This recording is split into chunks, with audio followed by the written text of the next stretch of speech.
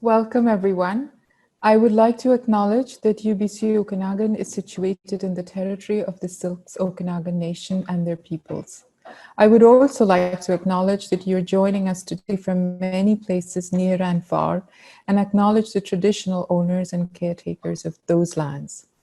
I'm Ananya Mukherjee Reid, and I'm the Provost and Vice-President Academic at UBC's Okanagan campus. A very warm welcome to all of you, and especially to faculty members who I know have sometimes had to make special arrangements to attend this town hall.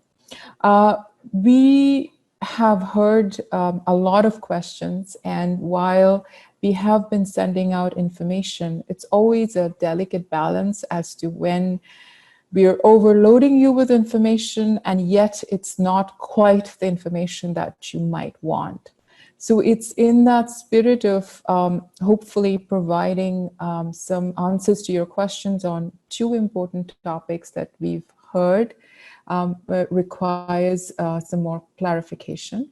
That's the spirit with which we have convened this town hall. So we will talk about two topics today. One is the Integrated Renewal Program, and in particular, how it's going to affect faculty. The second half of the town hall is going to focus on a budget update for the campus. We do provide the update to Senate, but I realize that there may be questions that faculty are particularly concerned about in terms of the impact, the budgetary impact on our academic mission.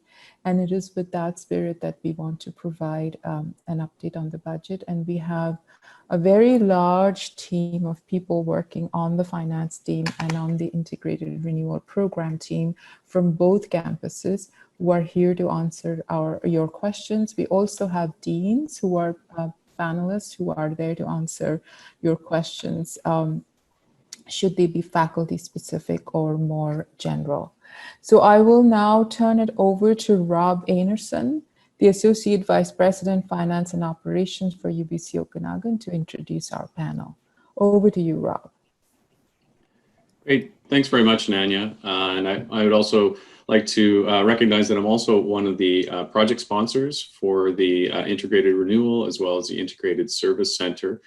Joining us also today is Heather Berenger, my counterpart as one of the UBCO project sponsors for the IRP. Leslie Cormack, our new DVC, who's not able to be with us today, but is also our exec sponsor. And then Kate Ross, who's joining us as one of our sponsors from Vancouver, and Chris Mercer, our program director. And there will be an opportunity for Q&A kind of later on in the session where any questions could be forwarded to any of the group that is available for you today. Thank you all for being here today, and especially for making time at this busy stage of the game. And I know that many of you are extremely busy with getting ready and delivering your programs already. And with the return to instruction and research, we greatly appreciate all of the efforts that everyone has made this summer and fall, and will continue to have to make as we progress through this academic year, a truly unusual season. The implementation of our new software system, Workday, as a part of the Integrated Renewal Program is becoming very real for all of our university community, with the beginning of November go live still on track. I want to quickly acknowledge the enormous amount of effort that the IRP project team has invested over the last number of years to get us to this point. Certainly one of the largest and most complex projects that I have ever been involved with. Much of that work is happening below the scenes and behind the scenes, where a number of people are trying to ensure the best practices are done, a real catch up on our technology over the last number of years, and trying to deliver the kind of program that will actually allow and enable the core research and academic priorities to happen as seamlessly as possible. But recognizing that, we wanted to get a bit of time with all of you now that we are ready to go with the system and share what we feel that you as faculty really need to know as we make this change in the upcoming number of weeks. Joining us right now for the presentation panel, I'd like to introduce Carrie Lawrence, our Director of the Integrated Renewal Program for the Okanagan, Todd Zimmerman, our Associate Director of Engagement Services, who's been working a lot on the Sustainment Center, and Harjot Guram, Director of Integrated Service Center from Vancouver, who will be leading that project into the future. So over to you, Carrie. Thank you, Rob, and good morning, everyone. Thank you for joining to hear some important information that will impact you when we go live with Workday on November 2nd. I'd like to just remind you just a little bit about what the agenda will be when we go through it today. We're going to be talking about some specific changes with Workday that you're going to see, particularly as a faculty member. We're going to relay some information about some key go-live dates, some cutoff dates in terms of some of the tasks you might do today, where there'll be a bit of a freeze period.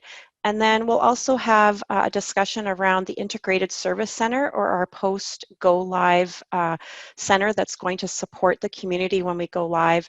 And then at the end of this presentation, we will have time to talk and answer your questions, which will be led by Lauren Hatchard, our OCM and Change specialist on the Okanagan campus.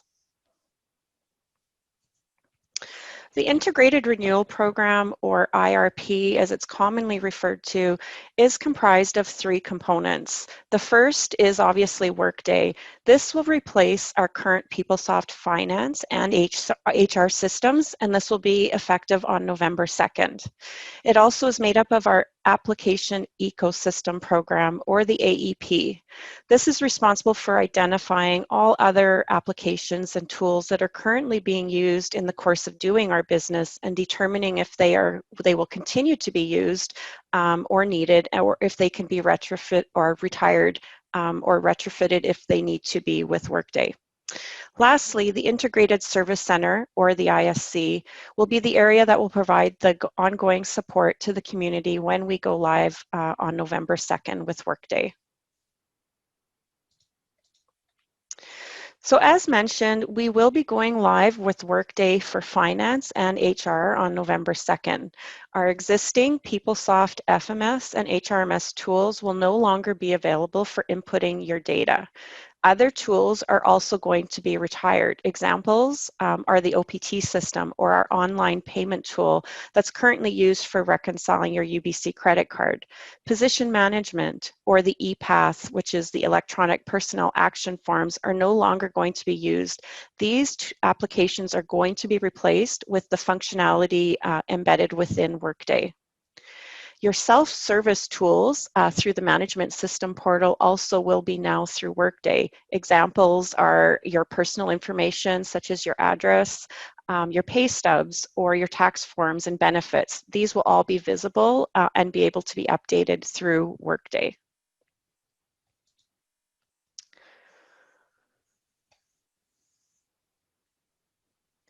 So some things that are changing, there are many things that will change, and you'll notice many when we go live with Workday, but I wanted to bring to your attention just some of them that may be more impactful to faculty members. So Workday is a cloud-based platform that will be accessible anywhere an internet connection is available. So you're no longer going to need a VPN to access this. Workday also offers flexibility to utilize the Workday mobile app. This will allow greater flexibility for you to do approvals, to take pictures of receipts, to reconcile your credit card when you're on the go and traveling. Workday has a very robust delegation feature.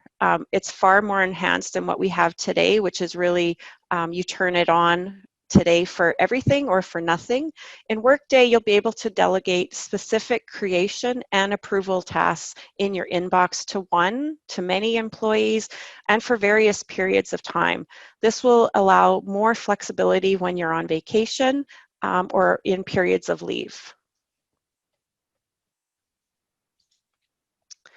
So some specific things changing in Workday. So with Workday expenses and purchases, you can create your requests for purchasing of goods and services. You can see where these transactions are at every step of the process. Everything will be visible within Workday. Goods and services will also be received now in Workday, and this is actually going to trigger the payment of an invoice. Paper timesheets will now be replaced with Workday Time. So our hourly employees will enter their time. It will electronically flow to their manager for approval. This includes our student employees, who also will have access to this tool should they choose to be the ones to enter their own time. Other common tasks and reports can be saved in what's called the Workday favorites. If you have quick reference, for your quick reference, if you have certain tasks, reports, things that you might do on a regular basis, you can save these in these favorite folders or favorite icons, and you can refer back to them on a regular basis. Again, one of the great things with Workday, I'll say, is the transparency of where things are at. So all transaction approvals can see all their pending transactions that they will need to take action on in their inbox. And you can delegate or transfer your Workday inbox over to your Outlook inbox as well to get those notifications there.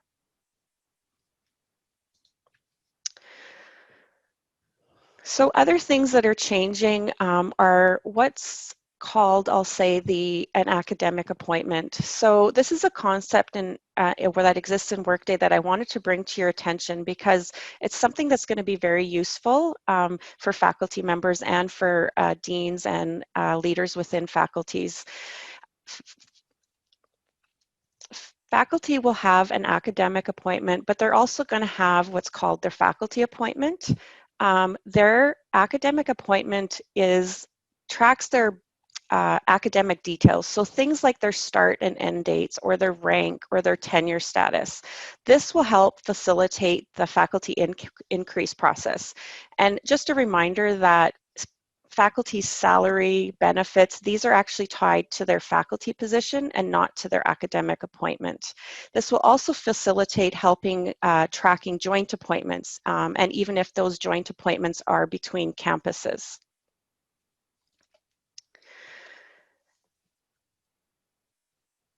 So other things that are changing is going to be terminology. And this is going to be a big change that I think everybody utilizing Workday will see. We're creating some one-page type documents specific to faculty or staff in terms of some of the key terms that they might need to know. So examples are here. So what you might be more familiar with as a chart field now in Workday becomes a work tag. Dept IDs will now be called, that should be cost centers. And then what you would see as called your PG or your speed chart, these now become a grant, a program, a gift, or a project. We've prepared a translation tool, and you can find this off of the Finance webpage so that you can enter in your current PG or speed chart, and this will give you the equivalent work tag in Workday. This will be quite useful when we transition over into Workday for finding what you want to charge things to and what the name is in Workday. Other things that are changing are the account code. So in the past, whenever you needed to enter or charge expenses, you needed to know that that 6-letter account code number. Now you can actually type in words, and it will bring up those ledger accounts that you're going to be charging to. So it'll make things much more simpler and for anybody utilizing Workday.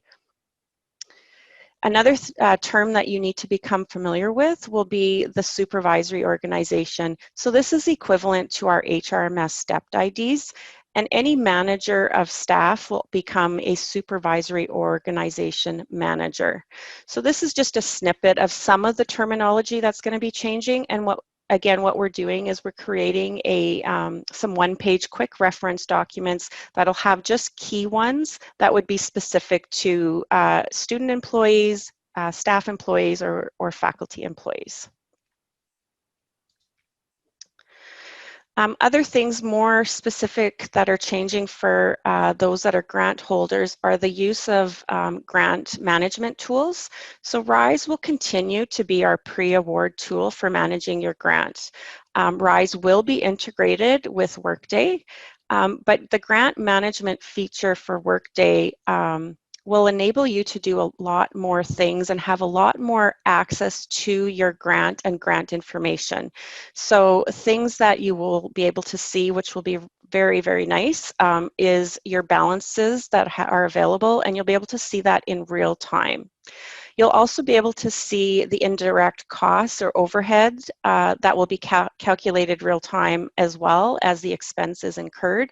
You won't be having to wait until monthly closes to see those transactions hit your accounts.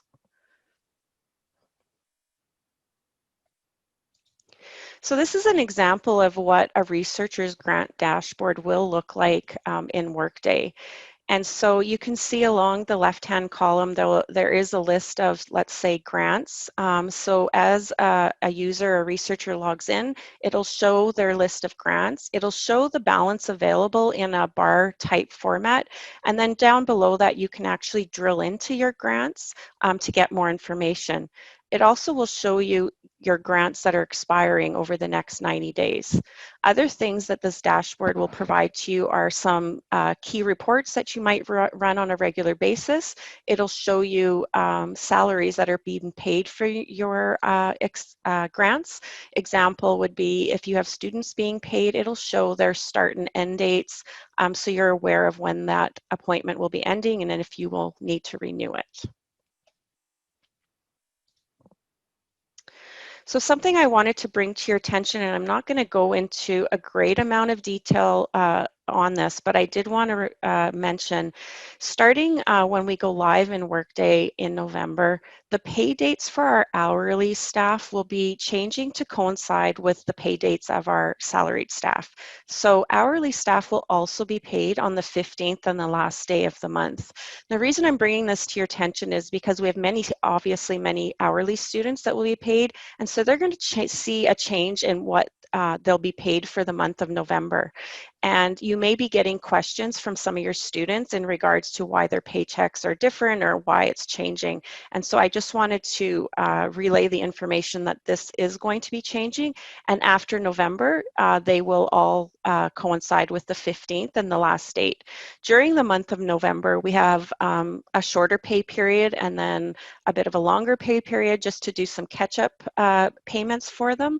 And so they will notice changes, and I'm sure you will be getting some questions on that as well. So as we transition into Workday, there's common tasks that we do on a regular basis that we do in our current FMS or HRMS system. And so the IRP team will need time to transition the information over into Workday. And so there'll be a period of freeze of when you can enter and do transactions within the existing tools. One of the ones that I'll bring out to you, point out to you, is around, say, the UBC Visa card. So I know many of you have UBC Visa cards and you likely reconcile them in the online payment tool or OPT. And so there's a deadline to have those transactions reconciled to get them through into Workday. If you happen to not meet those deadlines, for example, for the Visa card, those transactions that exist as unreconciled, they will be transitioned over into Workday and remain unreconciled, and you'll have to go into Workday to reconcile them. Other examples are submission of smart forms. If you're utilizing the e-procurement to procure goods and services, you'll have a cutoff date of when you can submit those. If you have questions around the deadlines, please feel free to reach out to our accounts payable or to your buyer, who is quite familiar on how to deal with sort of the period of freeze and how you can continue doing and purchasing goods and services. One thing I'll just add is that because we do have this, even though we have the cutoff date of when you can reconcile, say, your credit card, that doesn't deter you from actually using your credit card. So you can continue to purchase goods and services on your credit card throughout the month of October. The other thing I'll just point out is around grants. So if you've been waiting to have a research grant created in a PG created, and it does not get created before the October 5th deadline, one of the things we're recommending is in the interim before we go live with Workday is you can charge your expenses to an existing PG, and then we can transfer those transactions over to the new work tag when we go live with Workday. So there is a lot of training available. Many staff have spent hours taking a lot of the training, but there are some specific training sessions that are available to Workday that I'll just mention here.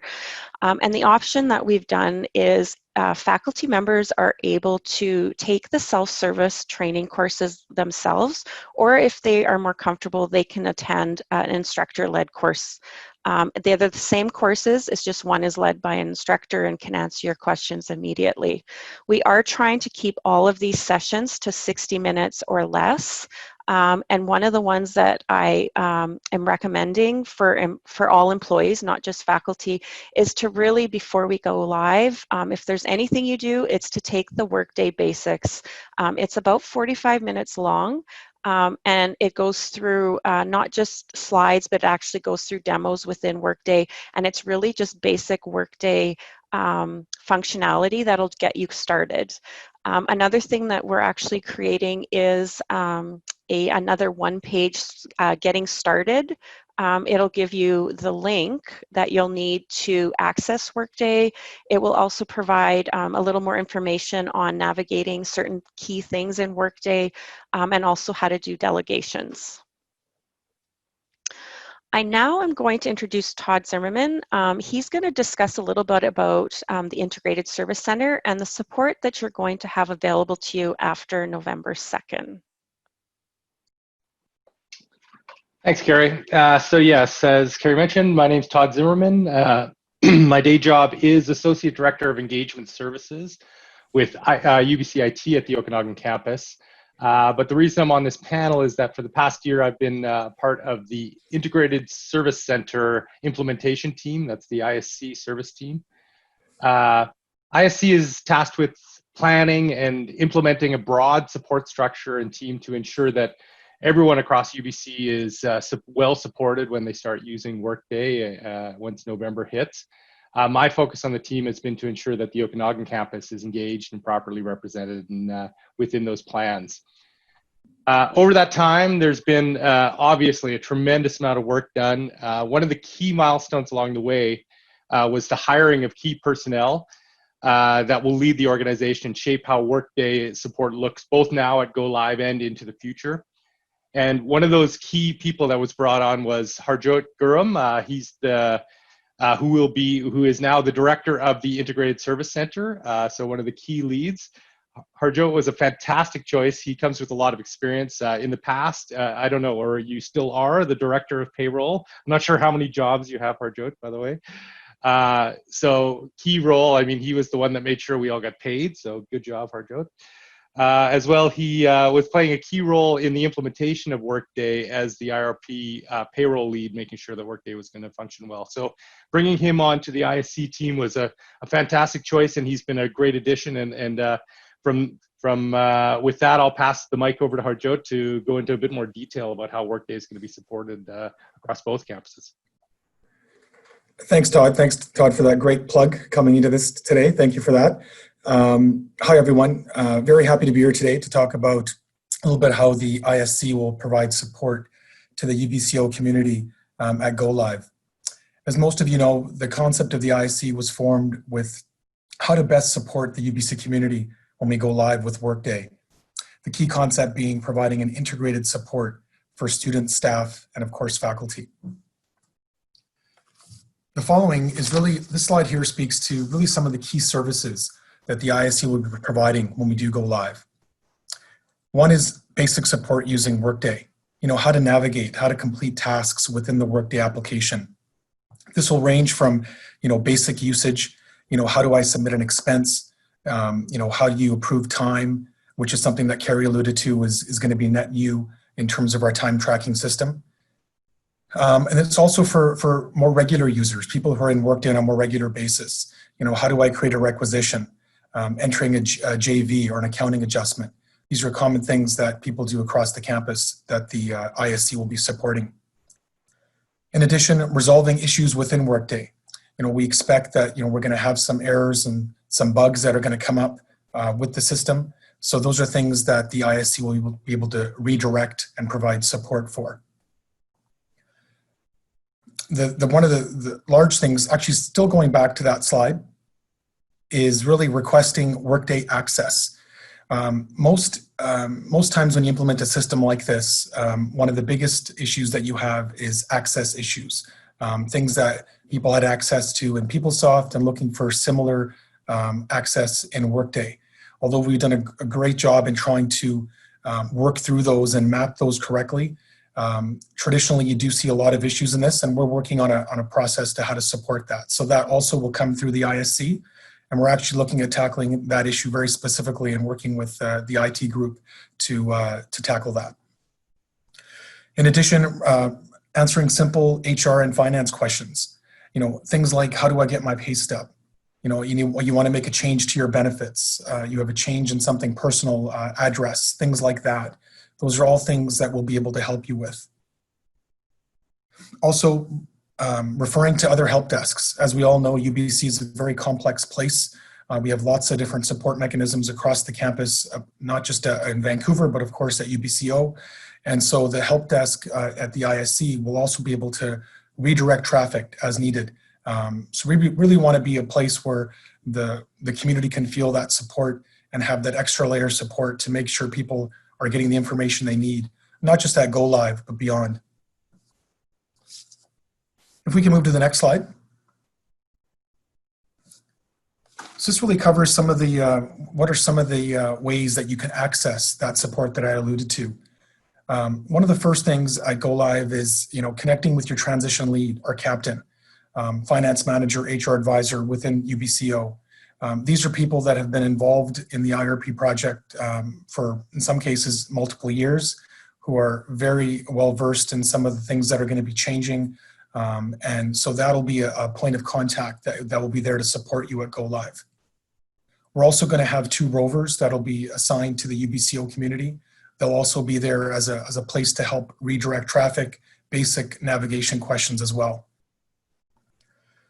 The second way is through the knowledge base. The knowledge base is something new. It's really a self-service portal. And what this will do is if you have a question that you want to look up, there'll be a repository of information that you can access through a searchable knowledge database.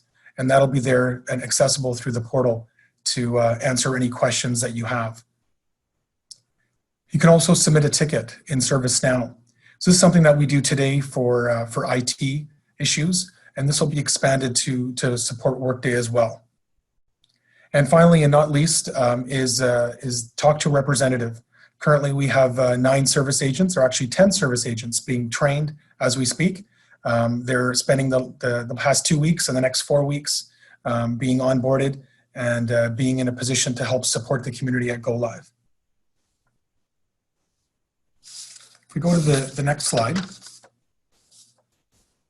this really speaks to what support is changing and what isn't changing at Go Live. So in terms of what is changing, the key thing here is the ISC will now be the new point of contact for Workday-related queries, issues, and requests. Also, the ISC will be responsible for maintaining and sustaining Workday. Carrie alluded to that. Moving forward, when we have Workday releases, enhancements, feedback from the community, the responsibility of ensuring that we take an integrated, holistic approach to these changes is going to also fall within the ISC in partnership with HR, finance, and of course IT. Also, the self-service portal, which again we talked about, has been traditionally used for just IT issues. It's going to be rebranded as the UBC self-service portal. So this will now include Workday. So being able to submit tickets and issues that you come across through that portal to get support. In terms of what won't be changing or what will continue as is, as we know across the campus, we have many existing support structures. And most of those, or many of those, will continue as we move forward. We have things like IT support, HR and finance, specifically I know up at UBCO, they're very much involved in supporting the community. Those folks will still be there to support the community as we go through Go Live and beyond. We will have a specific support mechanism for Salesforce, and that will continue as well. Really, the focus of the ISC is really to partner with these existing support mechanisms to ensure that we're providing the best service possible. What we want to avoid is people being bounced around from place to place and moving and not getting the support they need. So part of my role is, partnering with the different support mechanisms and making sure that ultimately our goal is to provide the best possible support for the faculty and community at Go Live.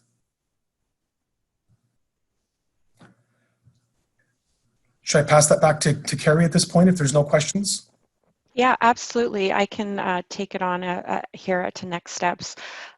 So thanks, Harjo. And I've already mentioned around, some of the training available and to try to take the Workday basics. There is another course that's available for faculty called Workday for Faculty. And you can access these from the Workplace Learning webpage. Again, they're not long courses, 45 minutes to 60 minutes. The Workday for Faculty also is available in a leader-led session. And also I want to point out that over the next couple weeks, a month-ish, you will be receiving some faculty-specific information from your transition lead. So I encourage you to try to read that or scan it at least. And then if you don't know who your transition lead is, we will provide you with this deck link to finding out who your specific transition lead or captain is and then you can go to for asking questions or provide more support. Lastly, if you aren't already signed up to receive an IRP newsletter, please go to the IRP newsletter link provided in this deck where you can get more information and you'll get regular updates for the program. I'm going to transfer it over to Lauren now. She's going to be moderating questions that have come in. I see there's a couple. If there's others, please put them in the chat or the Q&A I see, and we'll answer them as best we can. Thank you, Carrie. To facilitate the discussion today, as Carrie mentioned, just use that Q&A function at the bottom there, and you can click the little thumbs up on the bottom left of a question if you would really like to see it answered. First question comes from Sarah. Thank you. Would it be possible to have access to these slides for our future reference? Of course, I will provide those to Linda to distribute to everyone who was on the attendee list today.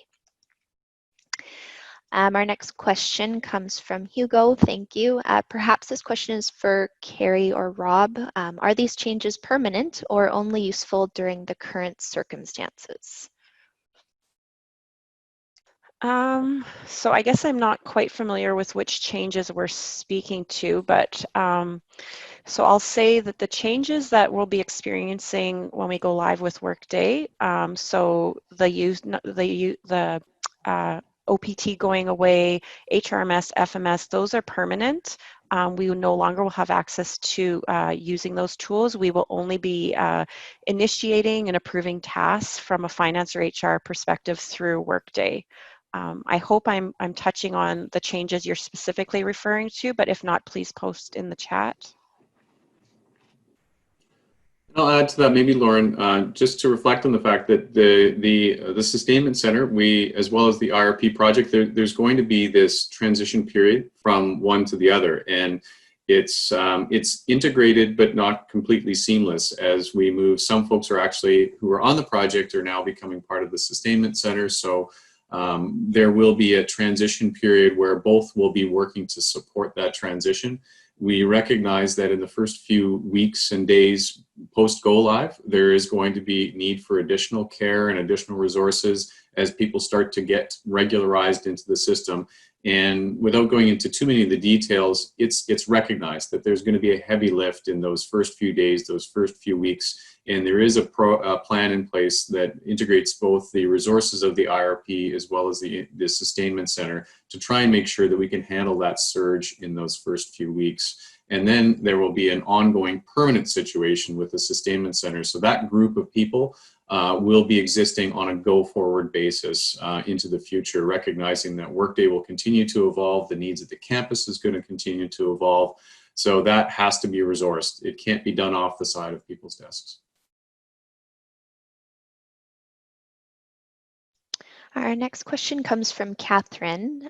Carrie, I'll look to you for this question. Are PD claims also submitted through Workday? Yeah, so PD claims will also be able to be submitted through the Workday worklet as well. Our next question is from Shauna. Will there be redirects for the new web pages that we'll need to access for these applications? Yeah, I can take that one too, Lauren. So this is a big project, as you can probably likely imagine. We have a lot of embedded links to various finance or HR tools that will be old. And so the links will be fixed. However, that will be a bit of a project from go live and into weeks into that to make sure that we catch all of them.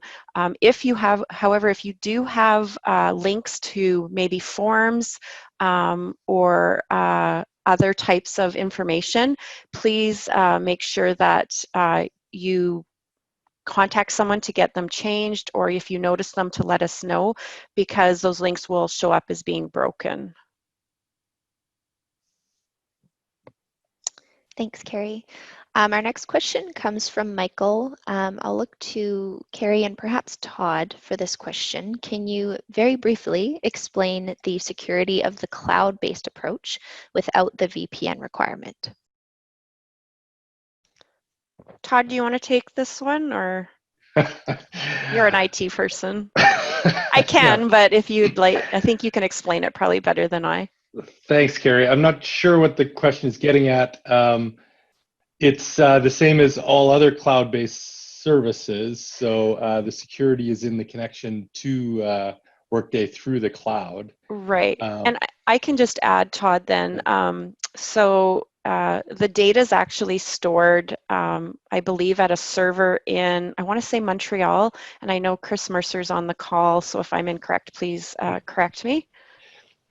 No, that is correct. The data centers within Canada, but basically, as Todd alluded to, most cloud software packages have an encryption built in with a connection, so VPN is no longer necessary. You're basically achieving the same kind of encrypted connectivity to that application. That's both through the web page as well as the mobile application.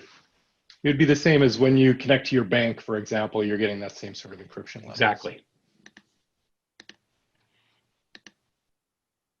Thank you, Chris and Todd.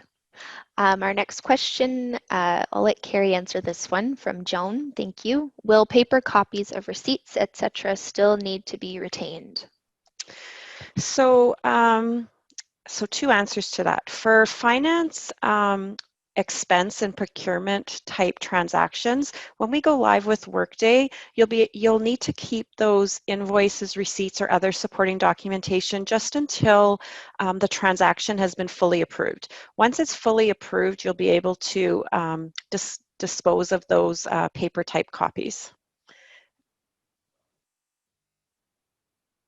Thanks, Carrie. We don't have any more questions in the queue, but since we do have 5 more minutes, I would just like to touch on a few other questions that were provided to us.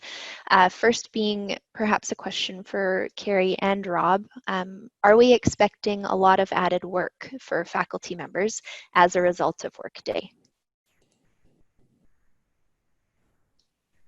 So I can touch on that. Rob, you can maybe add to my answer. So no, I don't anticipate any additional work for faculty. The Okanagan campus is already using OPT. Mostly, I think everybody on our campus is using the online payment tool to either reconcile a credit card or submit requests. And this will just be moved into doing it in Workday. I actually believe that there'll be a speedier process to be doing these tasks than what you've been doing in OPT. And in terms of other types of business processes that will be done in Workday, I have been asked this question before, and I try to envision all the things that faculty are doing, and I don't see any added or additional responsibilities or work being placed on them with Workday. Yeah, I would agree with Carrie on that. Certainly, as our outside the system processes have to evolve and adapt, and we're all doing that. Certainly, financial operations, human resources are all having to, imagine new processes within the Workday environment. so the tool itself is a quantum leap forward from what we're currently using today.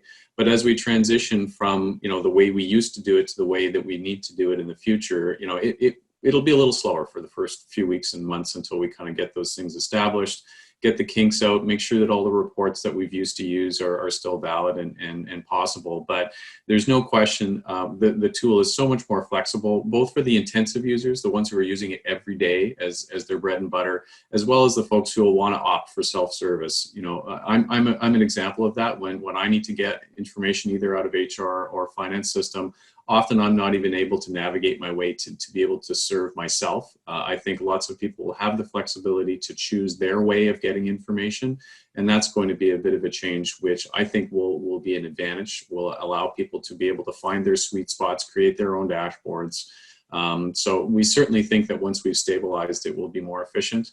But the processes will change, and we've been reflecting that to our HR, to our transition leads, and to our finance teams as we kind of go into this. We're going to learn some new things as we get in. Thank you, Rob. Next question would be regarding sustainment. So I'll look to Todd and Harjot for this one. Can you speak more to the Sustainment Center specifically for the Okanagan campus and local support that will be available for faculties? Sure, Harjot, how do you want to handle this? Do you want to take it or? Yeah, I mean, if we can both answer, I can start for sure. Sure. The Integrated Service Center is a number of we do have support that's going to be local for UBCO as well. One of our HR analysts, many of you probably know, Ashley Bloor, is part of the Integrated Service Center, and it will be located at UBCO. In addition, we have one of our service agents at this time is also part of the program, the training group that's getting trained currently on Workday applications and supporting the community. And I think moving forward, and this maybe I can look to Rob to maybe jump in as well, we are looking to add additional support, both in the finance stream as well in a leadership role at some point. But the one thing that I do want to stress for everyone is that, the UBCO community will be supported, and that's something that I know has been a concern in the past of not feeling that localized support. So we will have local support, but in addition, I want to stress that the ISC is there for the entire community, which includes the UBCO campus, and that's something that we're stressing to our team, and that's something that I can stress to you as well. That's very important to me that the entire community is supported from the Integrated Service Center, not just the Vancouver campus. Yeah, and I can weigh in. So Harjo and I have been working on this along with Elena Mignosa, who's in charge of a lot of the responsibilities for the Sustainment Center, reporting to Peter Smills in Vancouver. So I would echo what Harjo has referred to. We plan on having a node here, just like we did with Carrie, Ashley, Lauren, and some other folks here through the deployment. We recognize that some things that we do here are somewhat different. The system reacts the same, so we do have to have it in an integrated way so that the answers to questions that are occurring in Vancouver will be very similar to the ones that we have here in the Okanagan. So there is a sense that we will have a cluster of folks here that will be part of Harjo's team. So they will be here locally. They'll get some support here locally. If we do need some resources, when we get to a world where we might be back on campus, they'll be available to have a little bit more hands-on, but they will be fully a part of the overall Sustainment Center in Vancouver. So they'll be direct line into Harjo and his team, and we will make sure that the information and the service level should be invisibly similar on both campuses. So clearly, there'll be a depth of experience in Vancouver. There'll just be more people there, but the folks that we have on that team will be a fully integrated part of the Sustainment Center going forward. Yeah, and the only thing I would add to that is that especially off the start, the implementation period, there's going to be a broad range of support available to people. As Harjot mentioned, I mean, all of the regular contacts you have within your unit, the HR coordinators and the finance managers, things like that are going to be there. There's going to be backup support for them. The ISC is going to be there directly, as Harjot said, if you wanted to contact them directly for support. And you'll be receiving communications as we lead up to rollout as to where you should go for specific questions and things like that, and where the best place to get answers. So there'll be a broad range of support available across the board. That's a great point. Our community is small enough here in the Okanagan that I know that people are on a first name basis or a phone call basis with a lot of folks. But with respect to, say, HR or finance questions, if they are the kinds of questions that would typically go to your specialist, so to your HR advisor or to your finance manager, please continue to do that. If they are system related, you may find that you are encouraged to take those questions to the sustainment center. If you don't have the right access or something like that, maybe not the best thing to phone HR or phone finance. Please try and utilize the systems that are being put in place. We do hope that those are dedicated, especially during hypercare or that initial period. There are people who are sitting there at the ready to be able to address those questions in a far better way than maybe your finance manager. So there may be the odd time where you'll be encouraged, if you make that phone call, to please contact the sustainment center because they're the ones who are really set up to be able to address questions quickly. Okay. Thank you, everyone. This brings our IRP Q&A session to a close. So thank you for your questions. I would like to now introduce our next presentation, which will provide a budget overview and update. So joining us for today's panel are Rob Einerson, who you've already heard from, Manoj Harvey, the Director of Integrated Planning and our Chief Budget Officer, Valerie Nickel, Senior Manager Finance Strategies, and Fiona Sterling, Senior Manager Finance Operations. Following the budget presentation, we will have another Q&A session, and this will be moderated by Bud Mortensen, our Director of University Relations. Great. Thanks, Lauren. So on to another important topic. I have to acknowledge and maybe apologize a little bit. It feels like it's been all budgets all year. It is a circumstance that's quite unusual for us. Typically, we would have gone through the budget process last fall. Things would have been approved in February through to April. And as long as we were on track, just let the university do what the university does best. Obviously, this year has been very unusual. So this just gives you a bit of a snapshot. I'm not going to hit all the high points or the detailed points kind of along the way. If you do have some questions, please reach out to your finance managers. So we're just going to take you through a little bit of what's happened over the first few months of our financial year. So maybe we can move on to the next slides. So obviously, when we started out the process last fall in our typical process, we hadn't anticipated COVID. So there was a lot of work that was done to set the anticipated budget for fiscal 2021. We had to kind of take a pause for that at the start of the COVID experience and heading into April, where we really knew that it was unrealistic that we could take the typical budget that we had prepared in the fall forward. So the provincial guidelines kind of came out here, and this is just a bit of a snapshot of what the province has been able to provide, or the guidance that they provided to UBC, as well as all other publicly funded entities. Quite honestly, they've been pretty reasonable. The guidance that they've been provided has been at particular times in the process while they've let us have the degree of autonomy that we need to be able to. UBC as a system is expected to have an overall return to balanced budget plan in the 1 to 3 year time period. So they acknowledge that there would be certain organizations that wouldn't be able to meet their typical balanced budget process or typical balanced budget requirements in the 1 year, but they do want to see a return to balanced plan over a couple of years. While it also recognizes that revenues may not necessarily be back to business as usual in the summer and the fall, which is why they're giving us a multi-year time period to be able to address our particular circumstances. Next slide. So in terms of the guiding principles, many of these principles referred to in this slide here were things that reflect the approach that was designed earlier this summer as we were requested by the board and the province to come forward with it, but they remain in place as we work together and work through this current year. I'm not going to read through all the detail. You can do that while I'm making a couple of comments here. The overall theme is to support the university community as best we can.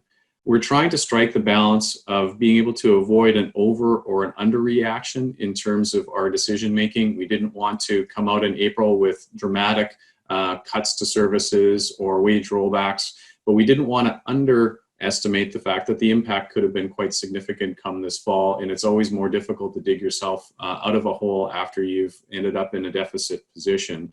So that's been a little bit of a tricky exercise for us. We wanted to also be able to provide information when we can. We are already here at the end of September, and we're still talking about sharing information about budgets, but there has been a lot of uncertainty in and around what we were going to be asked to do and when we were going to be able to ask to provide the information. So we are trying to strike that balance. Obviously, tuition is the biggest factor that was uncertain for us coming into this fall. I'm happy to acknowledge the fact that tuition has remained very stable and that students have been choosing to come and enroll in our courses, which is key to us being able to move forward successfully. Maybe the next slide. I think this one's over to you, Manon. Yes, it is. So in terms of our campus, as was mentioned, it was important for us to continue to support our bread and butter, basically the teaching, the research, and the capital projects. As Rob mentioned, we didn't want to impose cuts, and we wanted to make sure that once we had a better sense as to where this was headed, the transition would be smooth to going back to what we hope will be business as usual or modified for all of our campus. We also realized that the resources might not be as generous in terms of incremental funding in years to come. So we would stay away from commitments that would engage us for on a recurring basis for the time being. But we also acknowledge that support for students would be highly important in those circumstances. The next slide will show you a bit of the key dates that were considered when we did all the modeling and where we would have more certainty about information. So as Rob mentioned, April, we were ready to go to with our original budget, but that was stopped. The board asked that we do modeling in terms of COVID impacts, which we did. In July, the proposed plan COVID went to the board in conjunction with the, the original budget, and it was approved. They also approved a first tranche of some of the priority expenses that we had identified, and also a budget to cover some of the COVID related expenses. Now we're in September, and the September 9 was the date for our first installment for winter session. And October 31st, we'll have a better sense of our tuition revenue because we'll have passed all the deadlines to drop out or withdraw from courses. And in November, which is after our Q2 or the first 6 months of the year, we'll have a better sense as to where we think we'll end up, and we might have to revisit our approach and some of the tactics we've taken. And as usual, we'll have to undertake the process of budgeting for next year, which will start again November, December, and January, right in the middle of the IRP implementation and so forth, but hopefully we'll get through this in an orderly fashion. Next. I believe, Rob, it's yours. Yeah, so this, we're going to walk you through a little bit of the process that we had to go through because it was a bit unusual this year. And in a couple of slides, you'll actually see the numbers that go along with this. So for this year, what we really had to do was we started from the pre-COVID budget. So the information that we had originally planned for in the spring. Then we had to kind of look at the things that were going to impact that. So there would be direct COVID impacts, which is reflected on the left-hand side. There is indirect COVID impacts, such as we're not traveling so much, right? So there's travel, there's supplies, there's different things that we were having naturally not to do in any given year. And then there was also some mitigation strategies, which partly was on the revenue side. So in terms of student fees and things like that, we tried to make sure that there was financial aid so that students would be able to continue to come to campus. We did some things in terms of incentives for some scholarships to continue to bring in the best and the brightest students that we could. So there were mitigation strategies that all went into the revised budget, and maybe we call it the COVID budget. But the process, as Manon had acknowledged, in April, the board came to us and said, we know that you're going to have certain things that you have to do. So we went through an exercise of determining how much needed to be adjusted kind of for the start of April. That would be wage increases, contract increases, the kinds of things that are just meat and potatoes to running the university. And then they gave us a couple of extra months to come back with what we were thinking is a revised budget, was reflecting what we thought the impacts would be on our overall financial position, which went to the board in a special meeting in July and was approved not that long ago. Next slide. So there's some information that we're providing here, and again, it will be included with the material that we distribute afterwards. The next couple of slides are reflective of some of the things that we put into kind of our category 1. So these were things that we requested at the start of April. So it ends up totaling up to about $9.2 million, which is what we requested at the start of the fiscal year. That was a fraction of the total amount of what we were asking for. I think our plan was asking for about $20 to $24 million of new investments recurring and one time. But this is a snapshot of some of the things that we felt were really quite critical to take place. There was investments in, obviously, student financial aid was recognized, graduate student financial aid and supports there, but also things around some of our TRC commitments, which were really important to continue moving forward. We knew that those would be critical under any circumstances. So this was the list of things that we felt was a priority to our campus and was approved in April.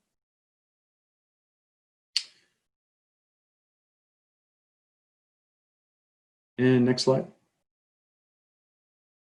So here's some of the assumptions and risks that we noted were going into the revised budget exercise. So there was a team from both campuses that worked hard on what we were calling kind of our COVID budget. And so the assumptions that we had going into that process was a commitment from the province that they would not be rolling back their grant for the current year. We wanted to try and find a stable enrollment forecast for undergraduate and graduate students. And the province was going to continue with their reopening plans. Now, obviously, that's changed to some degree as we've been moving through this year and realizing that really online was the wisest approach to delivery of courses this fall. Now, overall, the biggest challenge that we've had as a system is ancillary services. So that is our residence operations in Vancouver and the Okanagan, as well as food service, parking, and the bookstore. So the biggest hit to us financially really has been the loss of those revenues. There's costs that have to be maintained regardless of whether we've got students in our residence buildings. There's mortgages to be paid, heat, light, power, and those things that still have to continue.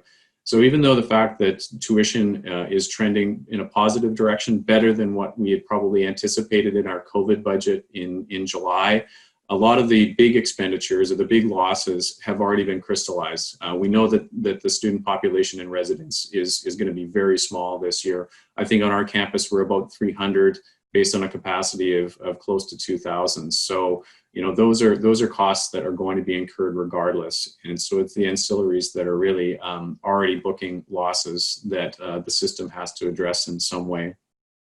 Tuition continues to trend better than the July anticipation, which is good not only for this year, but for future years. As you can imagine, if our intake is lower in year 1, then that tends to be a small cohort that has to work its way through years 2, 3, and 4. So it's terrific that students are still wanting to apply to our programs. And then, of course, research resumption is also taking place across campus. So our priority for the resumption committees is to try and make sure that the student experience is good, but also researchers can get back to doing what they do best and get into their laboratories. Next slide.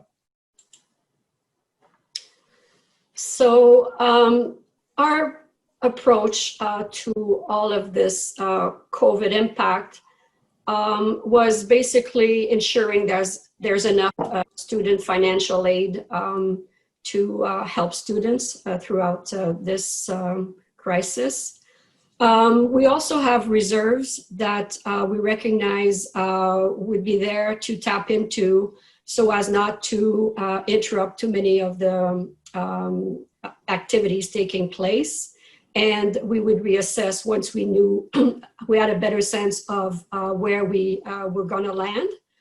And as Rob mentioned, with parking and ancillary operations, we recognize there would be a deficit, but hopefully in the coming years, we would regain a positive balance. So to accomplish this, we also had to implement a few strategies to ensure that our costs were under control.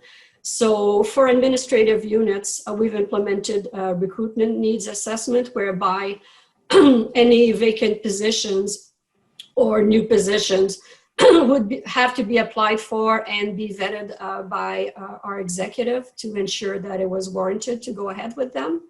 Also, faculties were encouraged to put a pause on administrative hires where possible. And also, we targeted reduction in some of the discretionary spending for admin units, such as travel, supplies, and sundries. And we've also delayed certain capital expenditures and professional fees, so it would not impact our current fiscal year as much. So moving on to the next slide. This is basically the picture that we arrived at in terms of where we thought our COVID impacts would be. What you see there is demonstrated by area of responsibility. As Rob mentioned earlier, we looked at lost revenue, incremental expenses, and mitigation measures or avoided costs.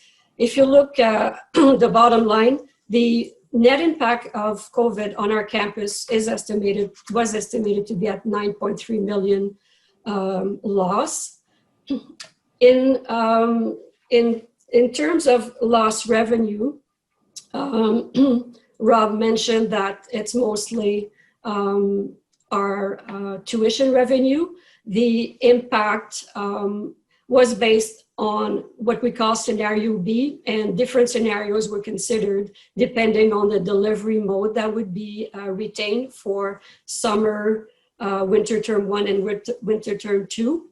And we landed on basically the medium kind of impact where reduction in tuition was estimated at 13 million. And there would also be reductions to parking revenue, the athletics hangar, facility rental revenue, summer camp revenues, and registration for Jumpstart and so forth. So total impact on our revenue was 18 million. With respect to the incremental expenses of 6.8 million that were directly related to COVID, basically, the main increases are related to additional teachers' assistants needed to support online learning and tools needed to deliver those classes online. We've also recognized the need for the SFA, the Student Financial Aid. And basically, we've put in additional monies for the international for about $1 million, and bursaries and emergency funding to the tune of $2 million. Now, in terms of our avoided costs or mitigation measures, basically, we've been able to avoid costs from the original budget because the board approved only a portion of all the budget asks that we thought that we were gonna incur this year. So that was part of the mitigation measure put in place. But also we saw delays in start for the new deans and other faculty positions. There were delays in staff positions, reduced travel, reduced startup due to delays in hires, and reduced capital due to timing as a result of COVID. For instance, some renovations did not take place in for some of the faculties. So this basically is the modeling that we've done. And when Rob concludes with the next slide, you'll see this picture is also shown in the slide, but it will be represented now based on the type of expenses or revenues that are impacted. But you'll also see the $9.3 million impact of COVID. So Rob, to you. Great, next slide. So this is a bit of a working document. It's a lot of detail, but I think it'll help you kind of understand the process that we went through. So as Manon and I mentioned, the pre-COVID budget was all the work that we did in the fall. So that's on the far left-hand side, the COVID impact, lost revenue, mitigation strategy, leading us to the COVID plan or the COVID budget, and then the revised plan on the plan COVID, I suppose, in the second from the right is really the impact. And so it's important to recognize that that was the impact, not necessarily our profit and loss.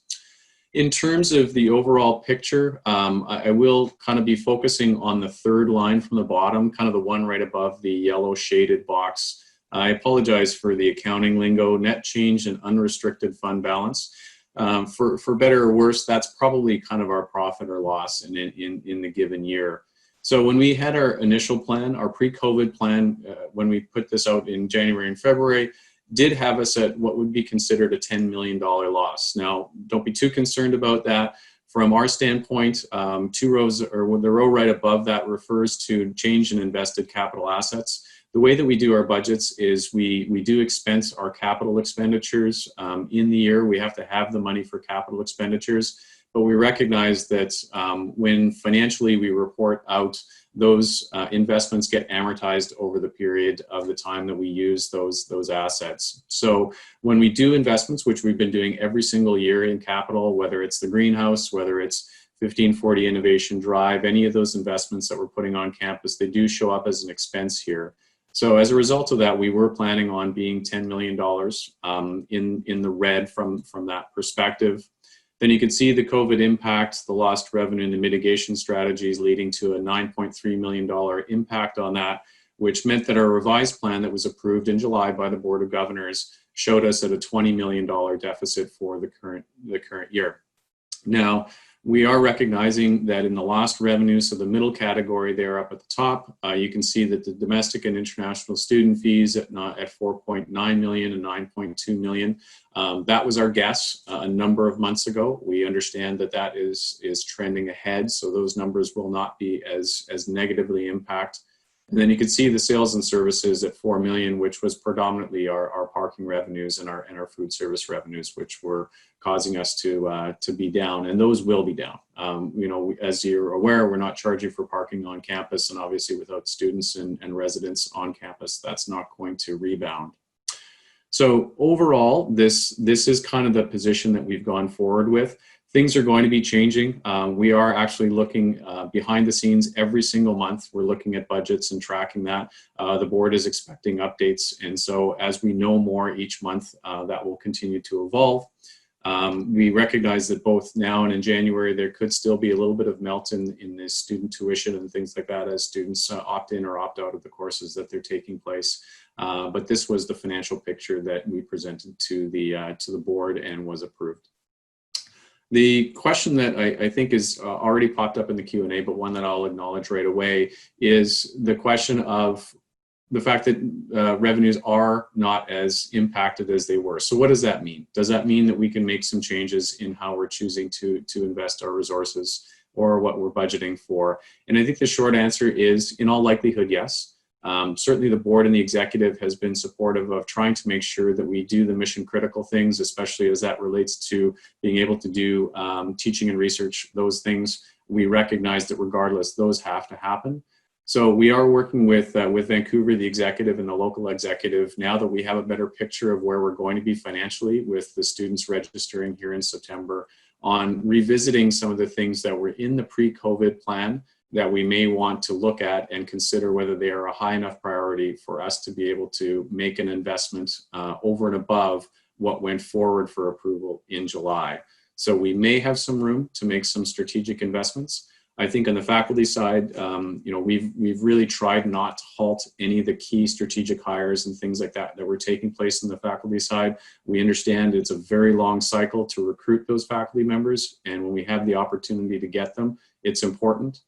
We are teaching, actually potentially teaching more students than we were planning on, and we know that that takes teaching horsepower, it takes additional TAs and those kinds of things. So Still don't have a firm plan on what that looks like, but there is a commitment to recognize that we may have to spend a little bit more money than what we were planning on the pre-COVID budget, because we were expecting to be down and not even up or a little bit ahead. So in terms of, I'm realizing we're not including anything from Vancouver's numbers here. We'll attach those onto the deck when we make it available out, because it is publicly available. The system as an overall had put forward a budget to the province of a loss of about $225 million for the year. So that was what was put forward and accepted by the province. Now, obviously, we're a little bit better. Vancouver, I understand, is better than their COVID budget as well. So that number will probably be lower than that. But certainly as a system, there's no question that we will be in the red this year for the first time in a long time. And the finance team and the executive are trying to do their best to keep that number as low as it can, because anything that we incur this year has to be addressed in future years. So I think that's kind of the end of the presentation material that we had here. The last comment I'll make maybe before we go to the Q&A is just a recognition that major capital, you can maybe see that we have made some step backs in investment in capital assets. When it comes to the major capital assets, and by that I would mean things even like the greenhouse or the investments in research space in 1540 Innovation Drive, as well as the two major projects, which are downtown and the new academic building on campus. Those are continuing to go forward. The board recognizes that those are critical to the long-term health of campus, and those things are not pausing. So Bud, I think maybe over to you to help us with Q&A. Sure, very good. Hi everyone, I'm Bud Mortensen, Director of University Relations, and I'll be fielding some questions to the panel. I think it looks like people are familiar with the Q&A tool, but just to remind you that there is a Q&A button at the bottom of your window. And if you click on that, a panel will open up and you can ask a question and you can vote questions up if you want to elevate a question to the top of the list. So we have a few that have come in over the last several minutes. Tamara has asked a question about stable enrollment, and Rob, you touched on it briefly, but I wonder if I could get you to elaborate a little bit more on the idea that if enrollment is stable, but one of the slides earlier did say that limited incremental commitments would maybe made until enrollments return to pre-pandemic levels. Could you clarify whether that is a discrepancy? Is that old information, or does the enrollment numbers that we were seeing this fall change that situation? Yeah, I think it's a little bit of both. Is it old information? Yes. Certainly the modeling that we did took quite some time. So we had to take a snapshot at a point in time based on our best guess. Like Manom said, there were kind of 3 scenarios. At one point, there was even more. I think that when we talked about, contracting some of the investments, a lot of those kinds of things were on the administrative side, to be completely honest.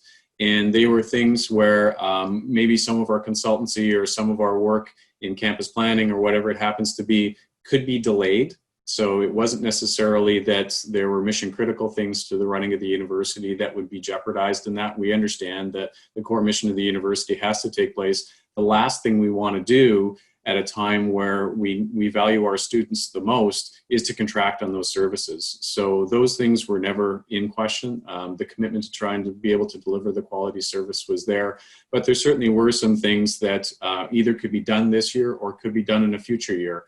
We do some preventative maintenance on our buildings. Some of that stuff could be paused for a short period to see where we were, because whether we do that this fall or next spring when we get another budget, those things were to some degree discretionary. So we are working right now with the exec in Vancouver, as I said, to try and determine what are wise investments that we can make before the end of this fiscal year, and we'll be returning to the community with a proposal for that. Thank you. So another question that goes to employment and security of people in their work. Teaching as a fundamental reason for EBC's existence relies heavily on non-tenured track instructors, such as lecturers. We trust decision makers are appreciating concerns lecturers may have regarding security of employment as UBC moves into phases of reduced spending to return to a balanced budget model. If it has in fact been the case that enrollment has been stable this year compared to pre-COVID, can any assurance be provided to lecturers that they need not be concerned regarding security of employment with UBCO? And Anya, I wonder if you'd like to take a shot at that one. Yes, actually, the hiring of sessionals is according to academic needs, so it does happen in faculties. But you know, as we are seeing increased registrations in several programs and quite significant increases in some programs, I suspect our need for teaching resources is more and not less. And as you saw in one of the slides, we said that even faculties which are experiencing a deficit situation, that our goal is to help them through the academic mission and not you know, destabilize the academic mission. So does any dean want to speak to this issue about your specific hiring situation or your registrations and how you're meeting the teaching needs?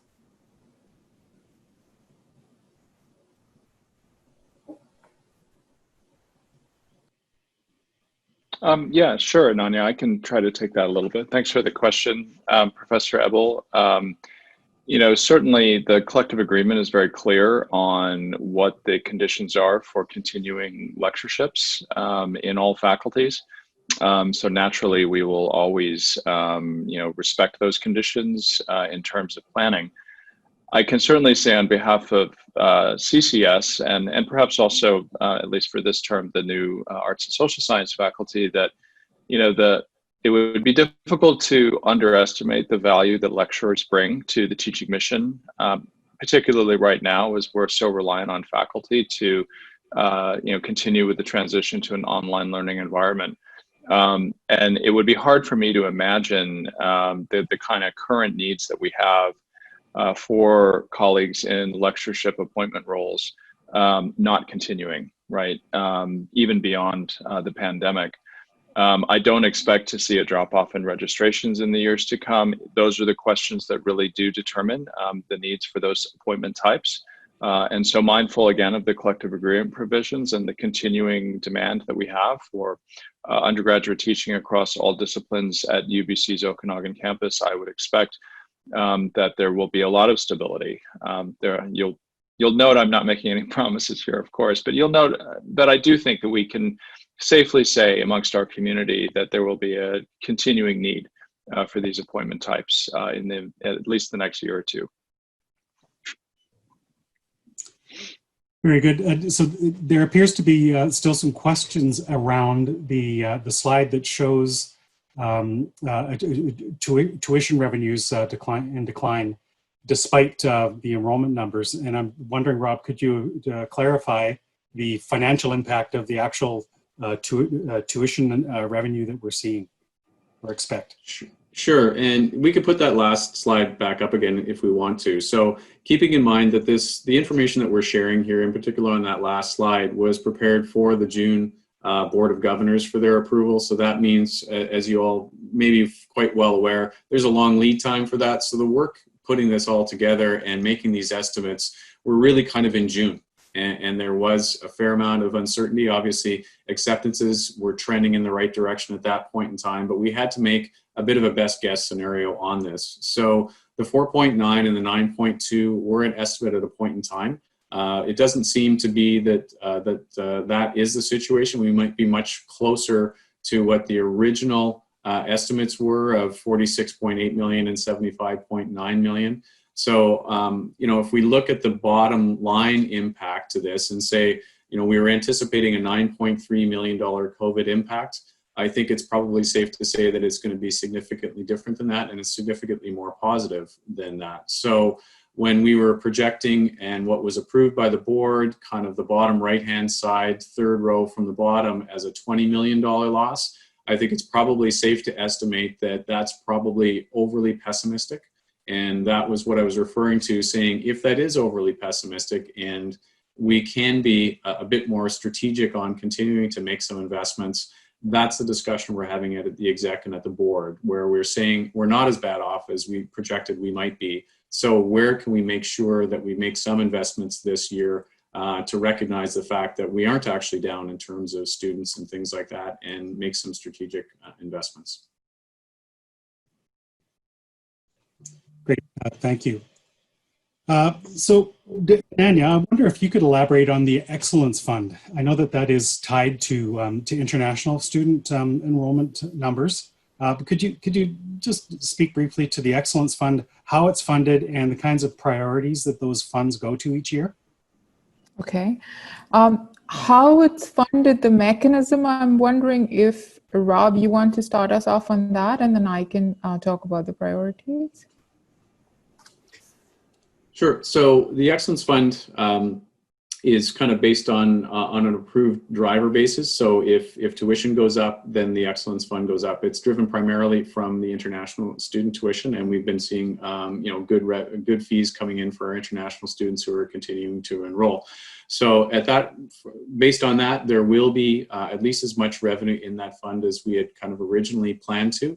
And there is multi-year plans that are always in place for some of our Excellence Fund investments. So that's not really discretionary because it's kind of set as a part of the tuition allocation and the board approved formula. So the Excellence Fund will be populated this year by whatever revenues are coming in from international students.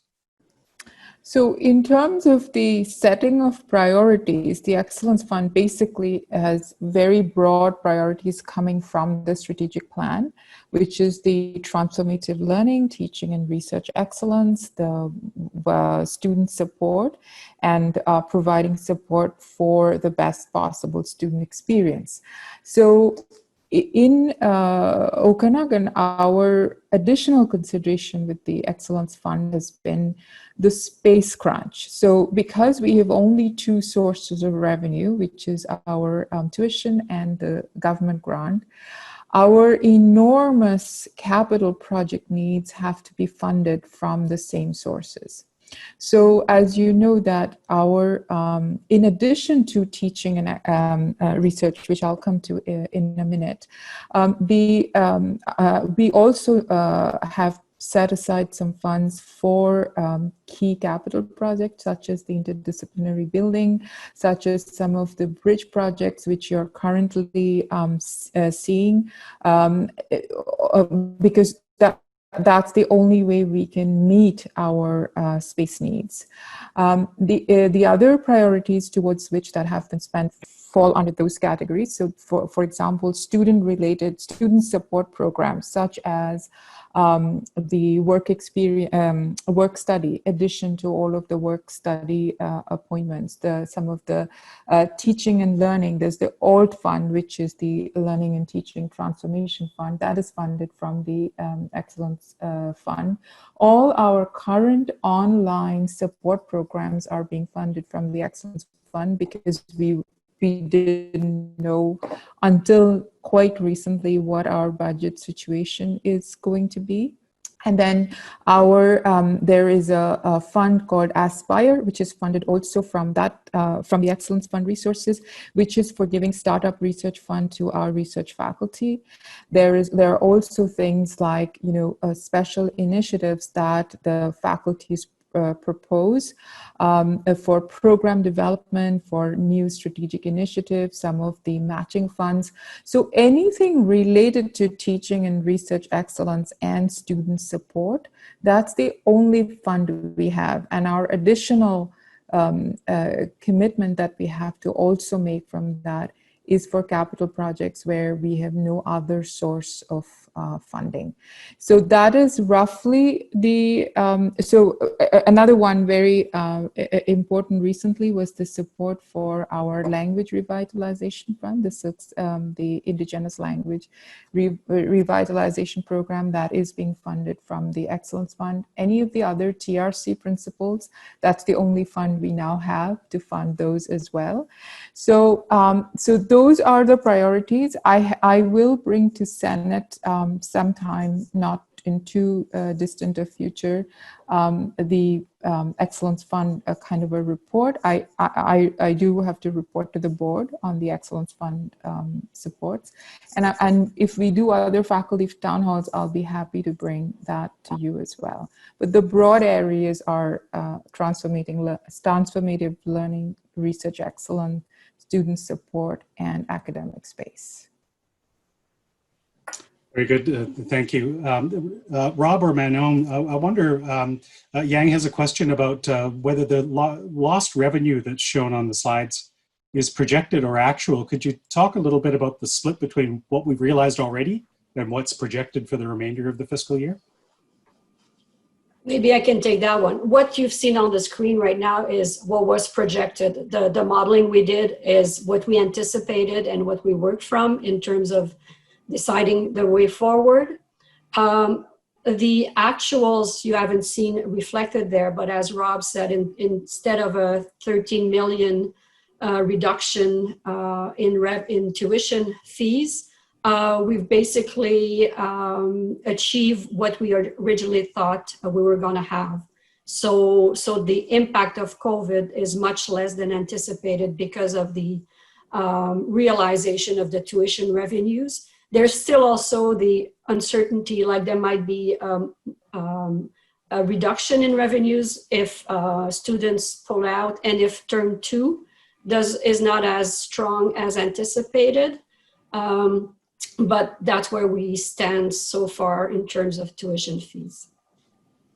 And then the only other one is the sales and services at about 4 million for predominantly parking as well as food service. That's probably that's in the books. You know, obviously with a dramatic reduction in the students on campus and not charging for parking in the foreseeable future, that probably is crystallized. Very good. We're almost out of time, but Rob, I had one final question. I know that there are some large capital projects on the horizon for UBCO.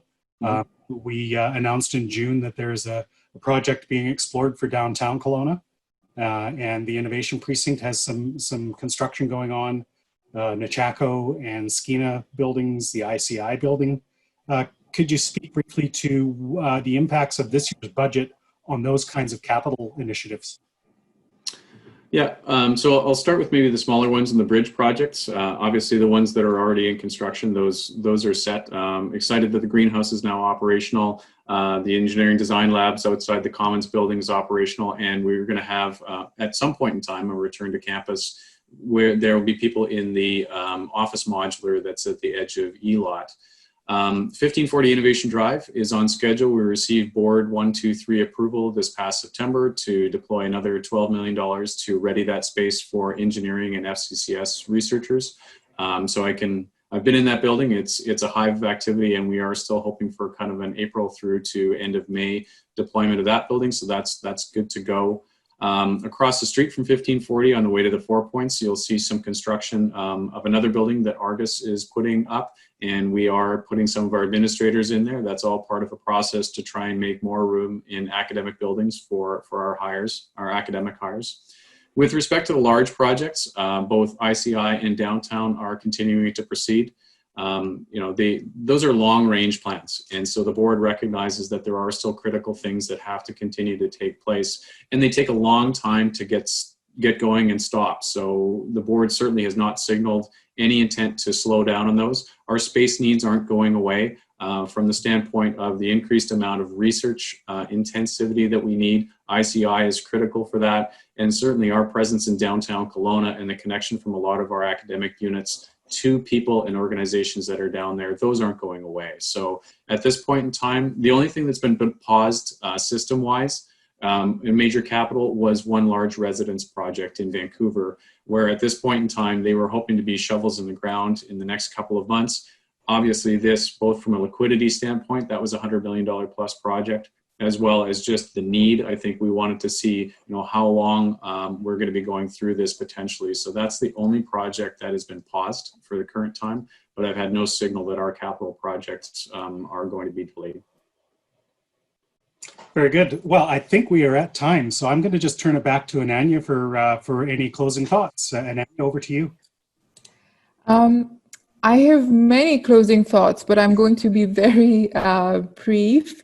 I received many emails from faculty saying that they would like more faculty town halls, and that's encouraging for me because I always feel that I'm intruding on your already stretched time. So we will plan a series of faculty town halls, and of course the video of this is going to be presented. And somebody's asked for the slides for both the first part on the IRP and the budget, and we can actually put some more narrative around the questions that you have asked and maybe we haven't answered fully.